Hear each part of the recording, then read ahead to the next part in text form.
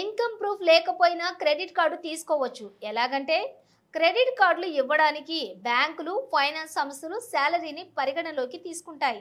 ప్రతి నెల స్థిరంగా జీతం వస్తుందా లేదా అని వెరిఫై చేసుకున్న తర్వాతే కార్డులు ఇష్యూ చేస్తాయి. అయితే నెలవారీ ఆదాయం లేని వారు కొంత మొత్తం ఫండ్ను ప్రూఫ్గా పెట్టవచ్చు. అంటే సెక్యూరిటీ డిపాజిట్ కింద బ్యాంక్ అకౌంట్లో కొంత ఫండ్ డిపాజిట్ చేయాలి.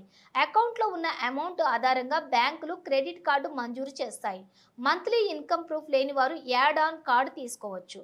ఫ్యామిలీ లేదా ఇతరుల ప్రైమరీ క్రెడిట్ కార్డుతో దీనికి అప్లై చేసుకోవచ్చు. ఇందుకు ఎలాంటి ఐడి, అడ్రస్ ప్రూఫ్స్ సబ్మిట్ చేయనక్కర్లేదు. ప్రైమరీ, సెకండరీ కార్డు హోల్డర్లు క్రెడిట్ లిమిట్లో మార్పు ఉండదు, స్థిరంగానే ఉంటుంది. రెగ్యులర్ ఇన్కమ్ సోర్స్ లేకపోయినా సరే బ్యాంకులో ఫిక్స్డ్ డిపాజిట్ ఉంటే క్రెడిట్ కార్డు తీసుకోవచ్చు. ఈ ఎఫ్డీలను బ్యాంకులు సెక్యూరిటీ డిపాజిట్ కింద పరిగణిస్తాయి. ఎఫ్డీ అమౌంట్లో 90% వరకు క్రెడిట్ లిమిట్ అందిస్తాయి. ఎఫ్డీతో రెగ్యులర్గా ఇంట్రెస్ట్ వస్తుంది. ఒకవేళ credit card out standing amount కట్టకపోతే బ్యాంకుల్లో ఫిక్స్డ్ డిపాజిట్ నుంచి డిడక్ట్ చేస్తాయి. విద్యార్థుల కోసం కొన్ని బ్యాంకులు ప్రత్యేకంగా క్రెడిట్ కార్డులు అందిస్తున్నాయి. అయితే స్టూడెంట్ పేరు మీద investments, trust fund, financial assets ఉండాలి.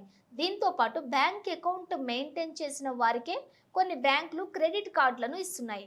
ఎన్నో బ్యాంకులు స్టూడెంట్ క్రెడిట్ కార్డులను అందిస్తూ ఉన్నాయి. కాబట్టి క్రెడిట్ కార్డు తీసుకునే ముందు వీటిపై ఓ లుక్ వేయాలి.